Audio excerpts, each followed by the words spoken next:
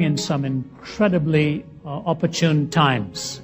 I have been an itinerant speaker for 30 years. That's hard to believe sometimes. When I even state that, I have to take a step back and make sure I've tabulated that correctly.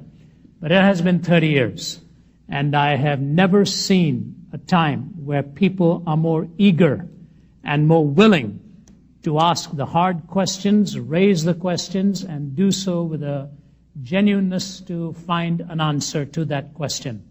I came here just with a brief break, speaking at some other meetings, prior to which I was in Indonesia and in the United Arab Emirates, speaking in Abu Dhabi and Dubai. And Indonesia, of course, a land that has faced an awful lot of turmoil and the largest Islamic nation in the world. I did an open forum at the University of Jakarta. When they originally planned it, they thought they would have about 200 to 300 students coming for that open forum. There were over 2,000 there. And once again, an overflow room had to be opened up. And the questions were probing. They were profound. Some of them were tough. In a setting such as that, when the last question is this, which says, is the God of the Quran the same as the God proclaimed and preached by Jesus Christ? At that time, you look around and first thank God for the 6 bodyguards that are around you. You wish you could pass that question off to somebody else. But they were genuinely asked. And I just want to say to you that even your presence here tonight, in a city such as this, with all that goes on around here, is a testimony to the genuine interest that your heart and your mind has in subject matters such as these. So I will do my best. People often ask, are there any questions that trouble you? Of course there are. We don't come pretending to have all of the answers, but we do come, and I do come, deeply convinced that in the person and the work of Jesus Christ, we have those answers. And I think we will find how wonderfully the Scriptures have indeed answered the most fundamental questions of life. What I want to do this evening, before I move towards the answers on the strategic area of our 2-day study, is to take a look at the world that is before us and the ideas that have presented enormous conflict for us. But may I position it with a couple of introductory stories that will be of a relatively lighter nature, just to get us into the mode so that we can get into the more rigorous stuff in the remainder of the evening.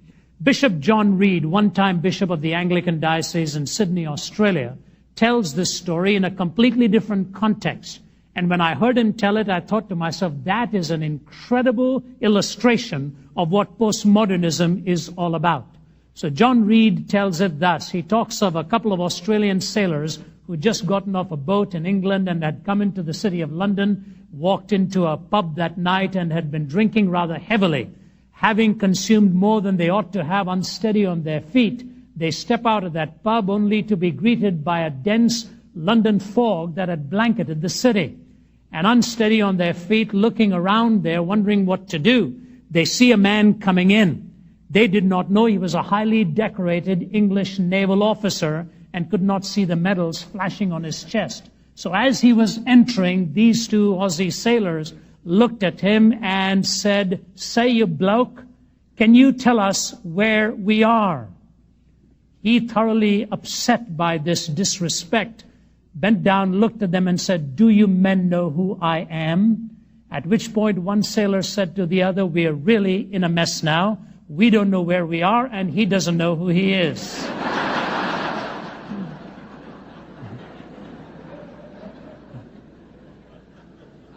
That is such an appropriate description, I think, of the postmodern mindset.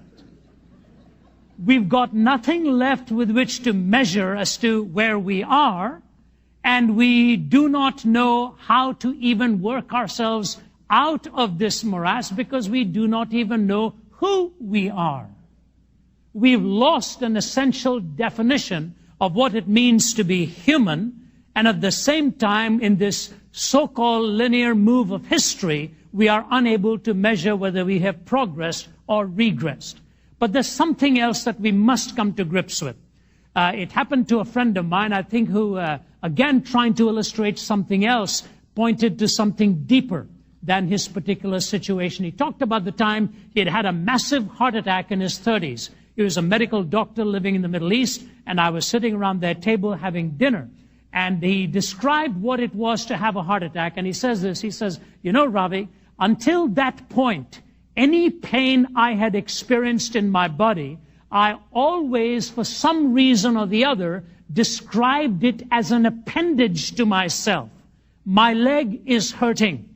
My head is hurting. My arm is hurting, as if I was in some sense semi-transcendent over the body part that was hurting.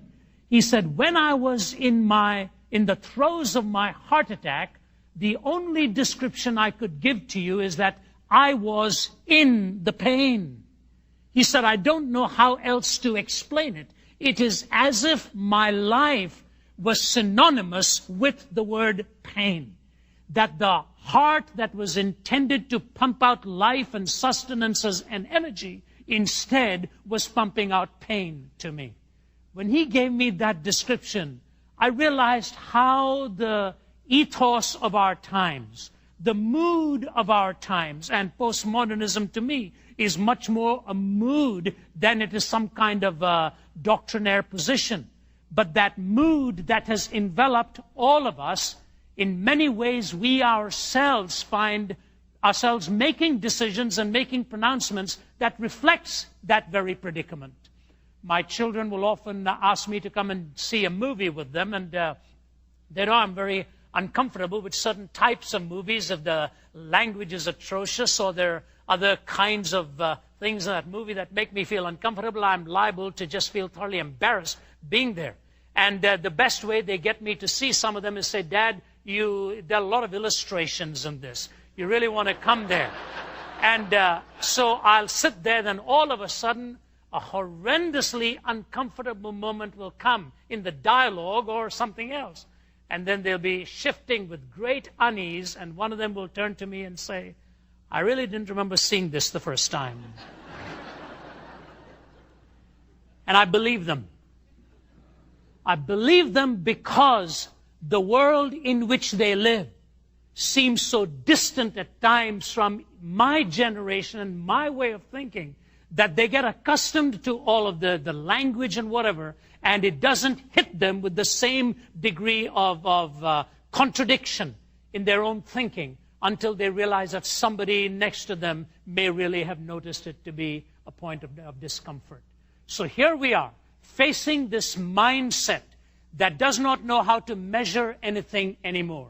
For if there's one statement that describes the postmodern mindset, it would be this. It is a move against truth, a move against meaning, and a move against certainty. Against truth, meaning, and certainty. And it has wrapped itself around us. You and I are in it. This is the battle of ideas we are engaged in.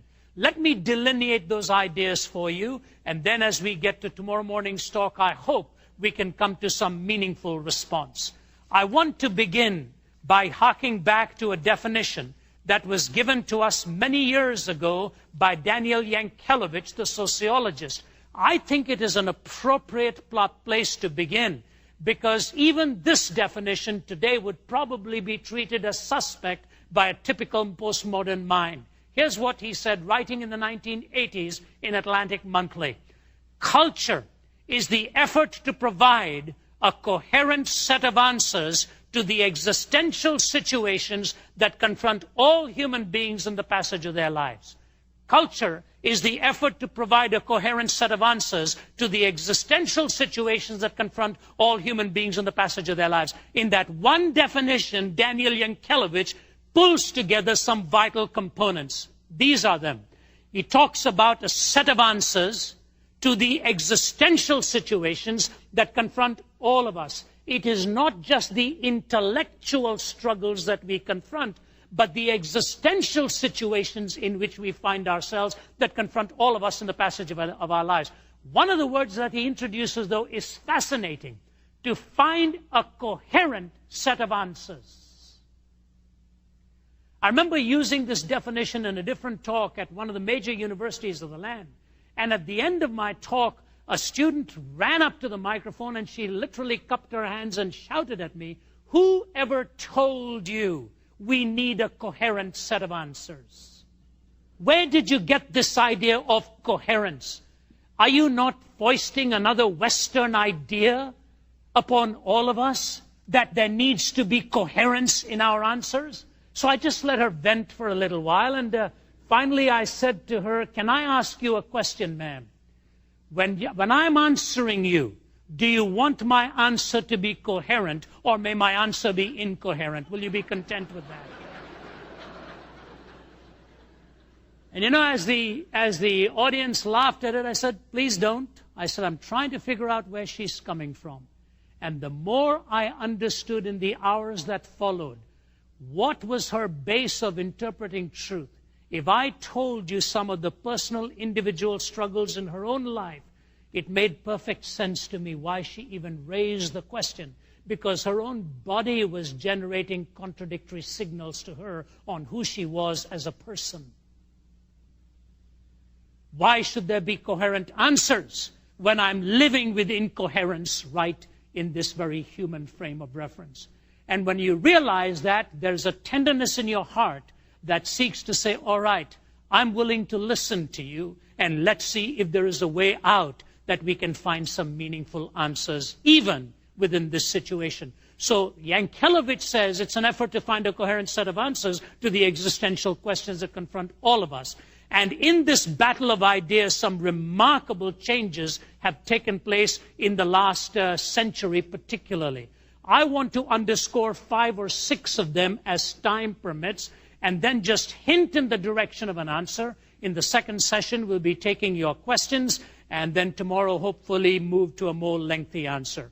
The first that I want to present to you is the popularization of the death of God movement. Not merely that, it is a popularization of the death of God idea. And now listen to this, please. And an unblushing stridency in accepting its implications. It is not just that the idea of God's philosophical unviability that has come upon us that they're propounding. They are now willing to accept the entailments, the ramifications of it. You see, when Charles Darwin first talked about naturalism, and it's only in the 3rd edition that the word evolution ever came into his linguistic coinage. But he made this comment. He said, if this is true, that this is the way things have come to be, then the idea of nature read in tooth and claw has got some horrendous possibilities in the future. That violence will almost become absolutized. That there'll be such systemic violence within the human framework. He cautioned about that on the basis of the philosophical extension made by his own scientific theory. It was Friedrich Nietzsche, whose father was a pastor, and both of whose grandfathers were in the ministry, who popularized the phrase, "God is dead." But Nietzsche went on to say, since God had died in the 19th century, he said the 20th century would become the bloodiest century in history. And he said, not only would it become the bloodiest century in history, but a universal madness would break out. Remember the metaphors he used when he talked about the madman, as it were, lighting a lantern and looking for God. And he said, is there any up or down left? Are we not going to have lanterns to be lit in the morning hours? Suddenly, he said, there's no point of reference, no ontic referent to right and wrong. And Nietzsche said, since that would happen, the 20th century would become the bloodiest century in history, and a universal madness would break out. Ironically, he spent the last 13 years of his own life fluctuating between sanity and insanity. And in those insane moments, often, while he would be silent for days and weeks on end, his mother sitting by his bedside, he would suddenly burst into some utterance of scripture, which he learned as a younger man. And when you look at the 20th century and see what happened in all of the wars and the battles and so on, the hundreds of thousands, yet the millions of lives that were destroyed in the process of ideological pursuits, you realize that Nietzsche was right in his pronouncement. But for a long time, those who were taking that worldview were trying to sort of take a sharp knife and cut away from it and say, yeah, but this doesn't logically follow from this theory, and so on. People would labor hard in their arguments. Now, all of a sudden, you begin to see the likes of Richard Dawkins, who would look at you in the eye and say to you, there's no such thing as good or evil. He doesn't even believe there is any such thing as evil. We are all merely dancing to our DNA, he says. Try telling a woman who's being raped that the rapist is merely dancing to his DNA. Try telling the world of ethicists that Hitler was merely dancing to his DNA. Bin Laden merely dancing to his DNA. How, in the name of reason, can we do away with the very notion of evil? It is interesting that a man such as Dawkins then is asked to explain, why then do we think in moral terms? Why do we have such notions of right and wrong? And without batting an eyelid, Dawkins looks at you and says this to you, looks at you and says this to you. It is a virus that has come into the software of humankind, and that virus needs to be expunged so we stop thinking in those terms. That's exactly what he said in his Voltaire lectures on moral theory and so on. And you know, you hear that and something within your heart just recoils. You say, how can this be? Speaking at the Capitol today, I was sharing with the staff members this particular illustration.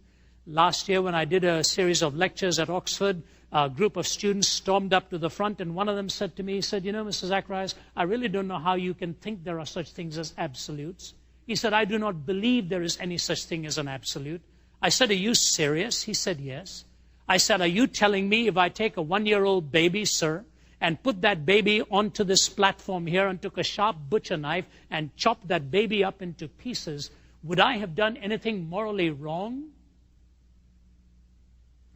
And he sort of plays with his toes on the carpet for a few minutes as the other students are perched on their toes waiting to see what he would say. And then he finally says this, without any qualification at all. He says, you know, I really don't think I'd like what you did if you did that. But I cannot honestly say to you that you would have done anything immoral. And you look him in the eye and say, you know, I used to think that people who committed genocide and murderers and all were weird perverts hiding somewhere, whose faces we'd never see, whose words we'd never hear. But here you are standing, looking me in the eye and telling me, you don't think I'd have done anything morally wrong if I took a live 1-year-old baby and cut that baby into bits? You see, the anguish of something like that is suddenly being severed, that the nerve is being severed from the head to the heart, so that we are disengaging even our emotions in the process. Listen, for example, to what Dawkins says here. For example, there was a well-known television chef who did a stunt recently by cooking human placenta and serving it up as a pâté, fried with shallots, garlic, lime juice, and everything. Everybody said it was delicious. The father himself had 17 helpings.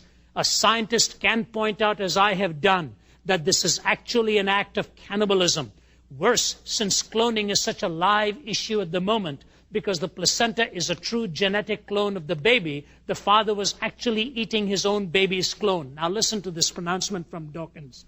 Science cannot tell you if it is right or wrong to eat your own baby's clone, but it can tell you that's exactly what you are doing. Then you can decide for yourself whether you think it's right or wrong. You see, what he has just denied himself in that first sentence, that science does not have the authority to tell you whether it's right or wrong. What he seems to give the discipline kind of a self-effacing posture there. We do not have the right to tell you. But he smuggles in an autonomy nevertheless and says science can tell you that you are the determiner whether it's right or wrong, and that's the way it is. Listen, for example, to Professor Thomas Nagel from the University of New York. in different ways coming out with the same entailments of this here. In speaking of the fear of religion, I don't mean to refer to the entirely reasonable hostility towards certain established religions and religious institutions in virtue of their objectionable moral doctrines, social policies, and political influence. Nor am I referring to the association of many religious beliefs with superstition and the acceptance of evident empirical falsehoods. No, I'm talking about something much deeper, namely the fear I have of religion itself. I speak from experience, being strongly subject to this fear myself. I want atheism to be true, and I'm made uneasy by the fact that some of the most intelligent and well-informed people I know are religious believers. It isn't just that I don't believe in God and naturally hope that I'm right in my belief. It's that I hope that there is no God. I don't want there to be a God. I don't want the universe to be like that. Now, if you're an 18-year-old student sitting in front of a professor of philosophy like that, how do you respond? He, of course, borrowing a page out of Huxley, writing in 1946 in his Ends and Means. He said, I want this world not to have meaning because it frees me to my own erotic, sexual, and political freedoms. And all that it gives to me, it frees me to that. In other words, a kind of an autonomy from any moral boundaries of any kind. And this, I think, is the first dramatic and real issue that we face in the battle of ideas. The popularization of the death of God and a stridency in willing to live with its entailments, an unblushing acceptance of them. And the moral issues that confront our society today. Once upon a time, a person would have winced at in talking about the deductions. If you don't believe me, all you need to do is read anything on the logical outworking of this moral theory by Peter Singer, professor, chairman of the Department of Ethics at Princeton University. You'll be, if you haven't done any reading of him, you'll be stunned into the deductions he gladly makes, quite gladly makes. So that's the first change that I see. The second is the third world's attack upon Western culture and a sense in which Eastern religion is given a supremacy of thought and Western religion somehow either critiqued or marginalized in certain ways. Let me explain this to you in a more detailed fashion. You see, there's a disorienting hit that has come in our pluralistic culture. And it's come sort of from an Eastern religious perspective, as if to imply that there is an ascendancy or a superiority in a worldview there, and that Western culture somehow rings more hollow because of the lack of that kind of religious input. It is a dangerous half-truth. But let me read for you the words that I think will put this so clearly in perspective. These are the words uttered to us by Swami Vivekananda, who was attending the World Conference on Religions held in Chicago in 1893.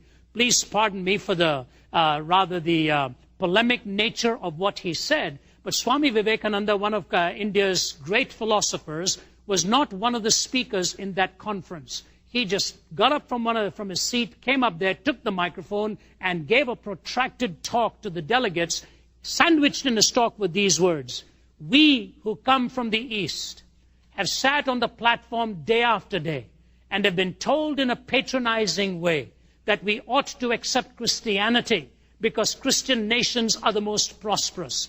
We look about us and see England, the most prosperous Christian nation in the world, with her foot on the neck of 250 million Asiatics.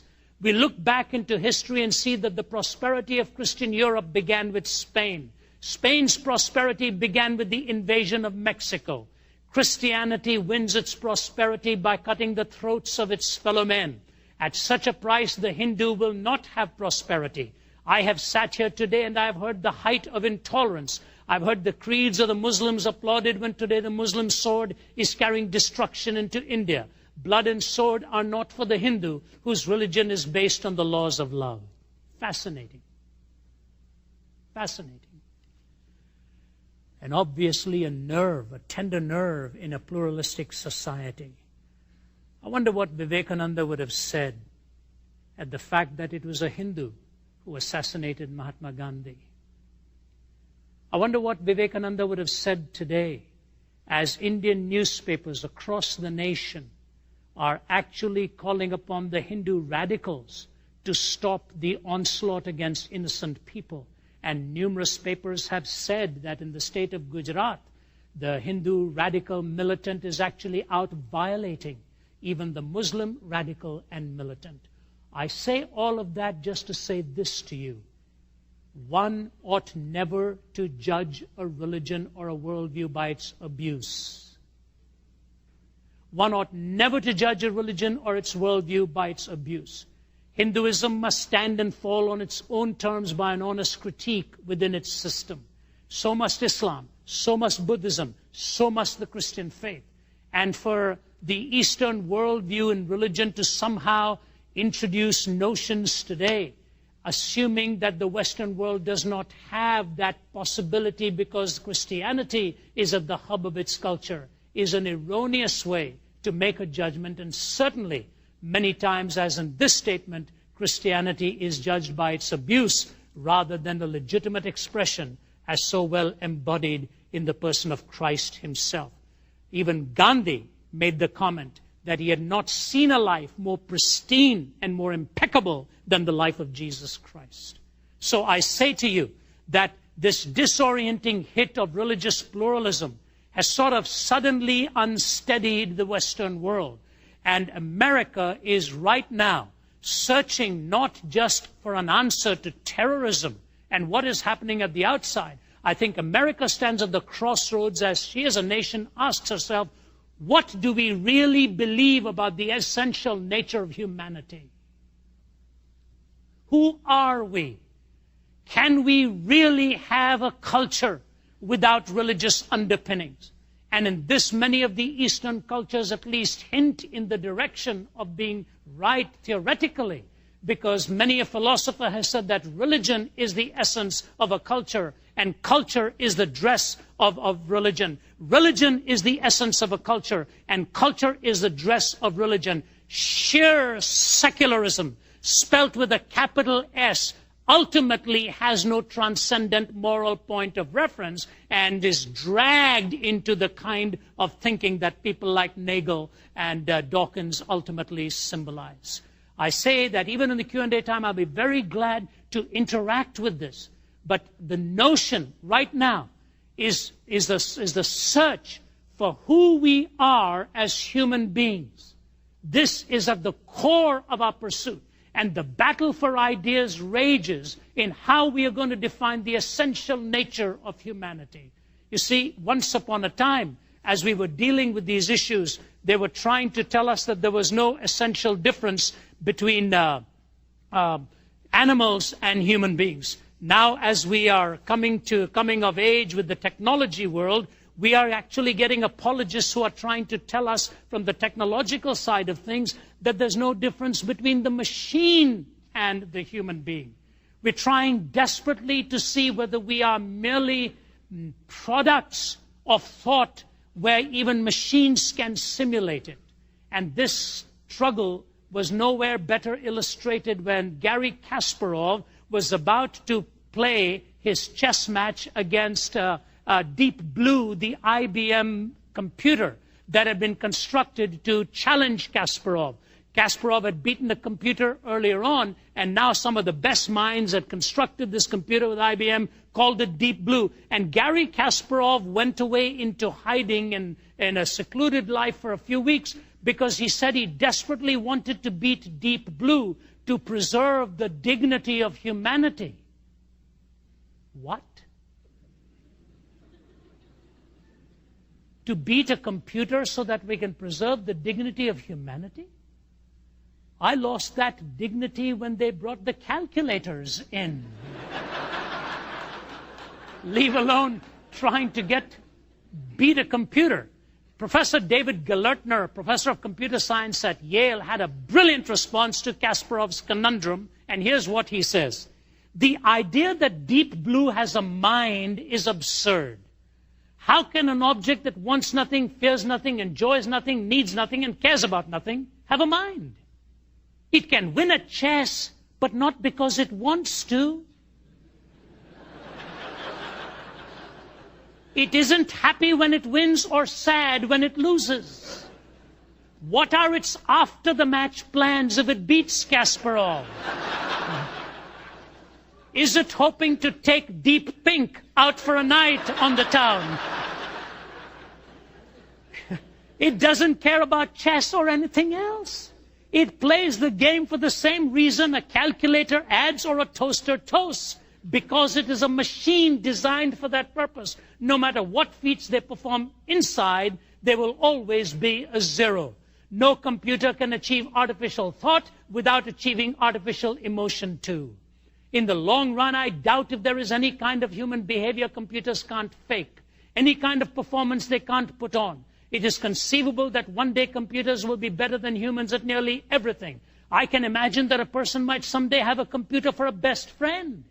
That will be sad, like having a dog for your best friend, but even sadder. But the gap between the human and the surrogate is permanent and will never be closed. Machines will continue to make life easier, healthier, richer, and more puzzling. Now listen to this line. And human beings will continue to care, ultimately about the same things they always have, about one another, and many of them about God. See, somewhere, this idea of a transcendent moral being keeps coming in at the moment we need to find ourselves as somebody of essential worth.